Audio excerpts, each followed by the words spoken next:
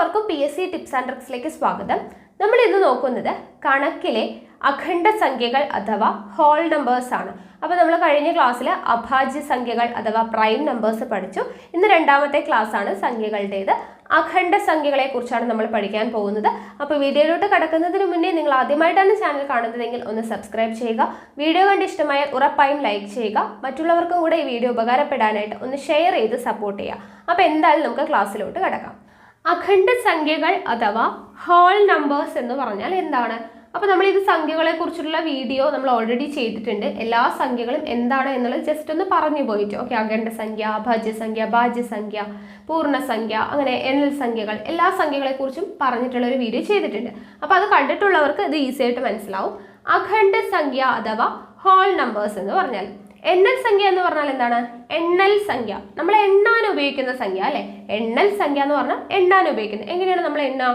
1, 2, 3 അങ്ങനെയല്ലേ. അപ്പോൾ 1, 2, 3, 4 ഇങ്ങനെയാണ് നമ്മൾ എണ്ണുന്നത്. അപ്പോൾ ഇത് എണ്ണൽ സംഖ്യയാണ്. ഓക്കെ, ഇതിൻ്റെ മുന്നിൽ ഒരു 0 കൂടെ ചേർത്ത് കൊടുത്താൽ എന്തായി? അത് അഖണ്ഡ സംഖ്യകളായി. ഓക്കെ, മനസ്സിലായല്ലോ? 1, 2, 3, 4, 5 ഇങ്ങനെ എണ്ണി പോകുന്നതാണ് എണ്ണൽ സംഖ്യകൾ. ആ എണ്ണൽ സംഖ്യയുടെ കൂടെ ഫ്രണ്ടിൽ ഒരു 0 കൂടെ ചേർത്ത് കൊടുത്താൽ എന്തായി? അഖണ്ഡ സംഖ്യ. അപ്പൊ എണ്ണൽ സംഖ്യകളുടെ കൂടെ ഒരു 0 കൂടെ ചേരുന്നതാണ് അഖണ്ഡ സംഖ്യകൾ അഥവാ ഹോൾ നമ്പേഴ്സ് എന്ന് പറയുന്നത്. മനസ്സിലായല്ലോ? അപ്പൊ പറഞ്ഞേ, ഏറ്റവും ചെറിയ അഖണ്ഡ സംഖ്യ ഏതാണെന്ന്? ഏറ്റവും ചെറിയ അഖണ്ഡ സംഖ്യ എന്ന് പറയുന്നത് 0 ആണ് അല്ലേ? ഒരു സംശയമില്ല. ആദ്യം കിടക്കുന്നത് എന്താണ്? 0 ആണ്. അപ്പൊ ഏറ്റവും ചെറിയ അഖണ്ഡ സംഖ്യ 0 ആണ്. ഏറ്റവും വലിയ അഖണ്ഡ സംഖ്യ ചോദിച്ചാലോ? 0, 1, 2, 3, 4, 5 എന്ന് പറഞ്ഞിട്ട് ഇങ്ങനെ പോകും. നമുക്ക് അറിയില്ല, ഇൻഫിനിറ്റി ആണ് അല്ലെ. ഏറ്റവും വലുത് ചോദിച്ചാൽ അറിയില്ല, അത് ഇൻഫിനിറ്റി ആണ്. ഓക്കെ, അപ്പൊ ഏറ്റവും ചെറിയ അഖണ്ഡ സംഖ്യ 0 ആണ്. അഖണ്ഡ സംഖ്യ എന്ന് വെച്ചാൽ എണ്ണൽ സംഖ്യകളുടെ കൂടെ 0 കൂടെ വരുന്നതാണ് അഖണ്ഡ സംഖ്യ. ഏറ്റവും ചെറിയ അഖണ്ഡ സംഖ്യ 0 ആണ്. ഓക്കെ, ഇനി ഒരു കാര്യം ശ്രദ്ധിക്കാം. ഞാനിവിടെ എഴുതുവാണ് 0, 1, 2, 3, 4, 5 വരെ എത്ര അഖണ്ഡ സംഖ്യ ഉണ്ട് എന്ന് ചോദിച്ചാൽ നമ്മൾ ഇവിടെ നിന്ന് എണ്ണു അല്ലേ. 1, 2, 3, 4, 5, 6 എണ്ണം ഉണ്ട്. ഇനി 0, 1, 2 ഇങ്ങനെ പോയിട്ട് 11 വരെ എത്ര അഖണ്ഡ സംഖ്യ ഉണ്ട് എന്ന് ചോദിച്ചാൽ നിങ്ങൾ എന്ത് ചെയ്യും? പെട്ടെന്ന് 11 വരെ അല്ലേ, അപ്പോൾ 11 എണ്ണം അല്ലേ ഉള്ളത് എന്ന് ചിന്തിച്ചാൽ അത് തെറ്റിപ്പോകും. കാരണം എന്താണ്? എണ്ണൽ സംഖ്യ ആണെങ്കിൽ നമ്മൾ എണ്ണുമ്പോൾ 1, 2, 3, 4, 5, 6, 7, 8, 9, 10, 11. 11 വരെ 11 എണ്ണം ഉണ്ട്. അതിൻ്റെ കൂട്ടത്തിൽ എന്ത് കൂടിയുണ്ട്? ഒരു 0 കൂടിയുണ്ട് അല്ലേ. 0 കൂടി ഉള്ളത് കൊണ്ട് 11 വരെയുള്ള അഖണ്ഡ സംഖ്യ ചോദിച്ചാൽ എന്താണ്? എത്രയാണ്? 11ഉം ഈ ഒരു 0 കൂടെ കൂട്ടുമ്പോൾ 12 സംഖ്യകൾ ഉണ്ടാവും ആണല്ലോ. അങ്ങനെയാണെങ്കിൽ 0, 1, 2 ഇങ്ങനെ പോയിട്ട് 499 വരെ എത്ര അഖണ്ഡ സംഖ്യ ഉണ്ട് എന്ന് ചോദിച്ചാൽ എത്രയാണ്? 1 മുതൽ 499 വരെ 499. 0 കൂടെ ചേരുമ്പോൾ എത്രയാകും? 500 സംഖ്യകൾ ഉണ്ടാവും. ഓക്കെ ആണല്ലോ. അപ്പോൾ 0 to ഇങ്ങനെ കുത്തിട്ടിട്ട് എത്രയാണോ നമുക്ക് തന്നിട്ടുള്ളത് അത്രയും. ഇപ്പൊ 0 മുതൽ 1000 വരെ എത്ര അഖണ്ഡ സംഖ്യകൾ ഉണ്ടെന്ന് ചോദിച്ചാൽ 0യും 1000ഉം 0യും കൂടെ കൂട്ടണം. അപ്പൊ എന്താണ്? 1001 അഖണ്ഡ സംഖ്യകൾ ഉണ്ടാവും. ഇനി 0 മുതൽ 20 വരെ എത്ര അഖണ്ഡ സംഖ്യയാണെന്ന് ചോദിച്ചാൽ 20 വരെ 20 എണ്ണം. 0 കൂടെ ചേരുമ്പോൾ 21 അഖണ്ഡ സംഖ്യകൾ ഉണ്ടാവും. ഇനി 0 to 50 ആണെങ്കിലോ 51 ഉണ്ടാവും. അപ്പോൾ എത്ര വരെയാണോ എഴുതിയിട്ടുള്ളത് അതിൻ്റെ കൂടെ ഒന്നും കൂടെ ചേർത്തിട്ട് വേണം നമ്മൾ അഖണ്ഡ സംഖ്യകളുടെ നമ്പർ പറയാൻ. എണ്ണൽ സംഖ്യ ആണെങ്കിൽ 1 മുതൽ 10 വരെ 10 എണ്ണൽ സംഖ്യയാണ്. അപ്പോൾ അതിൻ്റെ കൂടെ ഒരു 0 കൂടെ വരില്ലേ അഖണ്ഡ സംഖ്യ ആകുമ്പോൾ. അപ്പോൾ 0 മുതൽ 10 വരെ എന്ന് പറയുമ്പോൾ 11 അഖണ്ഡ സംഖ്യ ഉണ്ടാവും. ഓക്കെ ആണല്ലോ. അപ്പോൾ 0 മുതൽ എത്ര വരെയാണോ എഴുതിയിട്ടുള്ളത് അതിൻ്റെ കൂടെ ഒന്നും കൂടെ ചേർത്തിട്ട് വേണം നമ്മൾ അഖണ്ഡ സംഖ്യകളുടെ നമ്പർ എഴുതാൻ വേണ്ടിയിട്ട്. ഓക്കെ ആണല്ലോ. അപ്പോൾ ഈ കാര്യം ഒന്ന് നോട്ട് ചെയ്ത് വെക്കാം. ഇവിടെ നോക്കുക, ആദ്യത്തെ 15 അഖണ്ഡ സംഖ്യകളുടെ തുകയാണ് ചോദിച്ചിട്ടുള്ളത്. ഓക്കെ, ആദ്യത്തെ 15 അഖണ്ഡ സംഖ്യകളുടെ തുക. അപ്പോൾ നമ്മൾ ഇത്രയും നേരം പറഞ്ഞു 0 മുതൽ 15 വരെ എത്ര അഖണ്ഡ സംഖ്യകൾ ഉണ്ടെന്ന് ചോദിച്ചാൽ നമ്മൾ പറയും 0 മുതൽ 15 വരെയാണ്. 1 മുതൽ 15 വരെ 15, 0 കൂടെ ചേരുമ്പോൾ 16 അഖണ്ഡ സംഖ്യകൾ ഉണ്ടാകുമെന്ന്. തുക ചോദിക്കുമ്പോൾ നമുക്ക് അഖണ്ഡ സംഖ്യകളുടെ തുക കാണാനുള്ള ഇക്വേഷൻ ഉണ്ട്. n × n minus 1 divided by 2. എന്താണ്? n into n minus 1 divided by 2 ചെയ്ത് കഴിഞ്ഞാൽ എന്തായി? നമ്മുടെ അഖണ്ഡ സംഖ്യകളുടെ തുക കാണാനുള്ള ഇക്വേഷനായി. ഓക്കെ, അപ്പോൾ ഇതൊന്ന് നോട്ട് ചെയ്ത് വെക്കാം. അപ്പോൾ ഇതെങ്ങനെ ചെയ്യാം? n എന്ന് പറയുന്നത് എന്താണ്? എവിടെ എത്ര അഖണ്ഡ സംഖ്യയാണോ തന്നിട്ടുള്ളത് അതാണ് n. അപ്പോൾ n-ന്റെ സ്ഥാനത്ത് 15 ഇട്ട് കൊടുക്കുക. അപ്പോൾ 15 ഇൻറ്റു 15 മൈനസ് 1 അല്ലേ? n ഇൻറ്റു n മൈനസ് 1 ആണ്. 15 ഇൻറ്റു 15 മൈനസ് 1. 15 മൈനസ് 1 എത്രയാണ്? 14 ഡിവൈഡഡ് ബൈ 2 ആണ്. ഓക്കെ, അപ്പോൾ ഇത് എഴുതി. ഇനി എന്ത് ചെയ്യാം? നമുക്ക് ഇത് വെട്ടിച്ചുരുക്കാം അല്ലേ?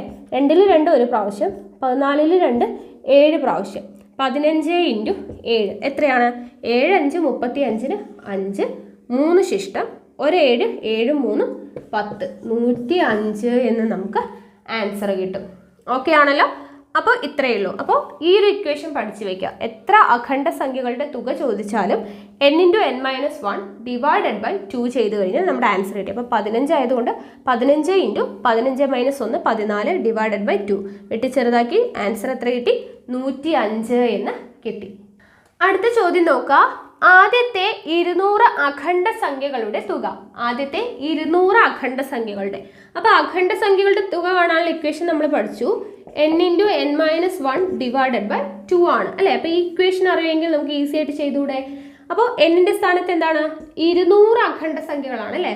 അപ്പോൾ n-ന്റെ സ്ഥാനത്ത് 200 ഇട്ട് കൊടുക്കുക. 200 ഇൻറ്റു 200 മൈനസ് 1 എന്ന് പറയുമ്പോൾ 199. 200-ന് 1 പോയാൽ 199 ഡിവൈഡഡ് ബൈ 2. ഓക്കെ, ഇനി എങ്ങനെ ചെയ്യാം? 2-ൽ 2 ഒരു പ്രാവശ്യം, 2-ൽ 2 ഒരു പ്രാവശ്യം.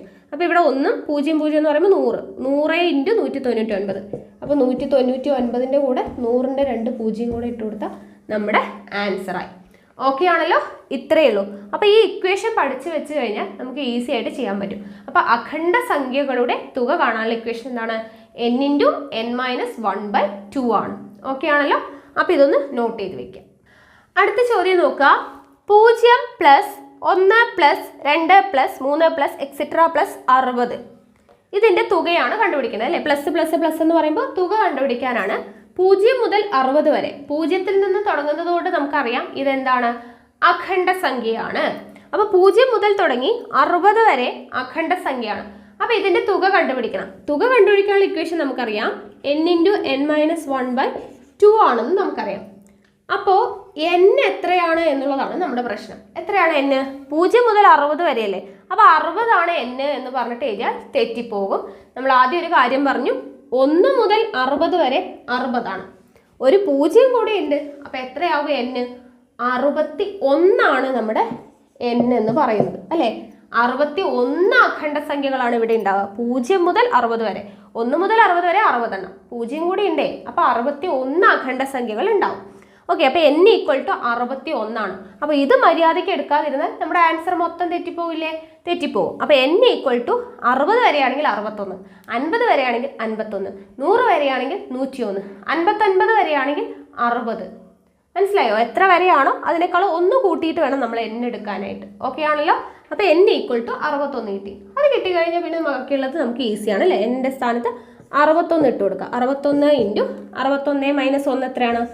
60 ഡിവൈഡഡ് ബൈ 2 അല്ലേ? 61 ഇവിടെ ഇട്ട് കൊടുത്തു.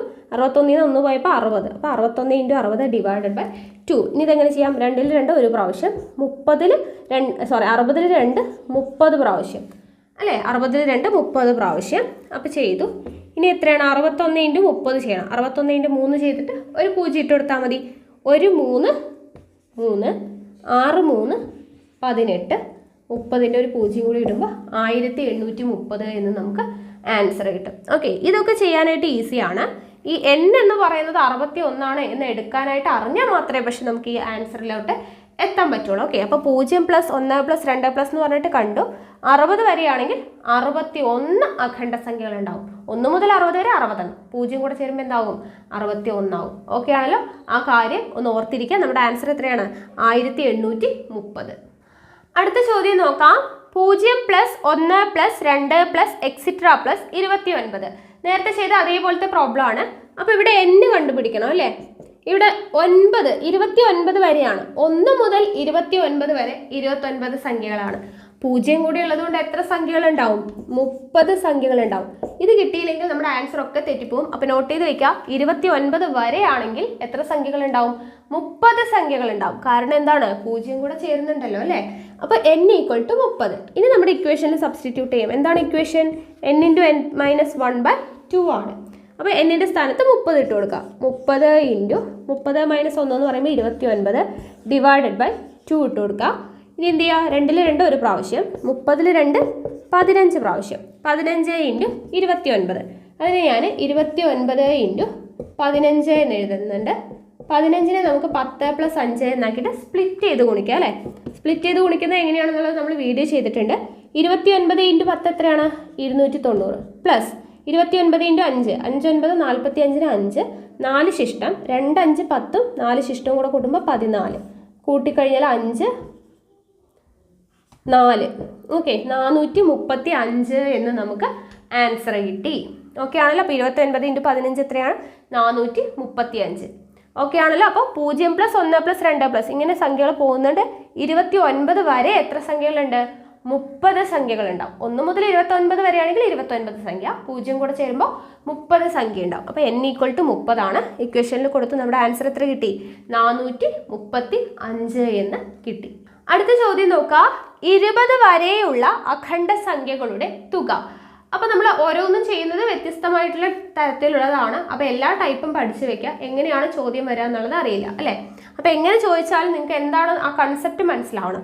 അപ്പോൾ 20 വരെയുള്ള അഖണ്ഡ സംഖ്യകൾ എന്ന് പറയുമ്പോൾ, അഖണ്ഡ സംഖ്യ എന്ന് പറഞ്ഞാൽ എന്താണ്? 0 + 1 + 2 + ഇങ്ങനെ പോയിട്ട് 20 വരെ അല്ലേ? അപ്പോൾ നമ്മൾ നേരത്തെ ചെയ്തതുപോലെ തന്നെയാണ് വരിക.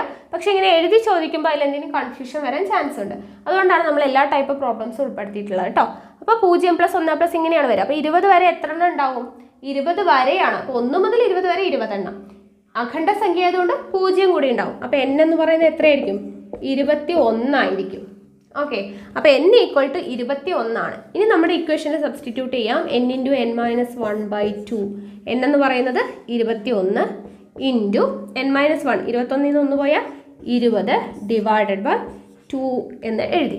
ഓക്കെ, ഇനി നമുക്കിത് വെട്ടിച്ചുരുക്കാം. 2 ൽ 2 ഒരു പ്രാവശ്യം, 20 ൽ 2 എത്ര പ്രാവശ്യം? 10 പ്രാവശ്യം. 21 × 10 എത്രയാണ്? 21ൻ്റെ കൂടെ ഒരു 0 ചേർത്താൽ മതി. 210 എന്ന് നമുക്ക് ആൻസർ കിട്ടി. ഓക്കെ ആണല്ലോ? അപ്പോൾ 20 വരെയുള്ള അഖണ്ഡ സംഖ്യകൾ എന്ന് പറയുമ്പോൾ n എന്താണ്? 21 ആണ് എന്നുള്ളത് കിട്ടണം. ഓക്കെ ആണല്ലോ? അപ്പോൾ ഇത്രയേ ഉള്ളൂ നമ്മുടെ അഖണ്ഡ സംഖ്യകൾ എന്ന് പറയുന്നത്. അപ്പോൾ അഖണ്ഡ സംഖ്യ എന്ന് പറഞ്ഞാൽ എന്താണ്? 0 മുതൽ തുടങ്ങുന്ന സംഖ്യകൾ അല്ലേ? 1 2 3 എണ്ണൽ സംഖ്യകളുടെ കൂടെ ഒരു 0 കൂടെ വരുന്ന സംഖ്യകളാണ് അഖണ്ഡ സംഖ്യകൾ അഥവാ ഹോൾ നമ്പേഴ്സ് എന്ന് പറഞ്ഞു. ഏറ്റവും ചെറിയ അഖണ്ഡ സംഖ്യ 0 ആണെന്ന് പറഞ്ഞു. 0 1 2 3 ഇങ്ങനെ പോകുമ്പോൾ 60 വരെ എത്ര സംഖ്യകൾ ഉണ്ടെന്ന് ചോദിച്ചാൽ എത്ര വരെയാണോ ഉള്ളത് അതിനേക്കാളും 1 കൂട്ടിയിട്ട് വേണം സംഖ്യ എടുക്കാൻ. കാരണം എന്താണ്? 0 കൂടെ ചേരുന്നത് കൊണ്ട്. ആ ഒരു കൺസെപ്റ്റ് മനസ്സിലാക്കുക. തുക കാണാനുള്ള ഇക്വേഷൻ n × n-1/2 എന്നുള്ളത് പഠിച്ചു വയ്ക്കുക. ഓക്കെ ആണല്ലോ? അപ്പോൾ ഇത്രയാണ് ഇന്നത്തെ ക്ലാസ് എന്ന് പറയുന്നത്. അപ്പോൾ നിങ്ങൾക്ക് അഖണ്ഡ സംഖ്യകളെ കുറിച്ചിട്ട് ഒരു ധാരണ കിട്ടിയിട്ടുണ്ടെന്ന് വിചാരിക്കുന്നു.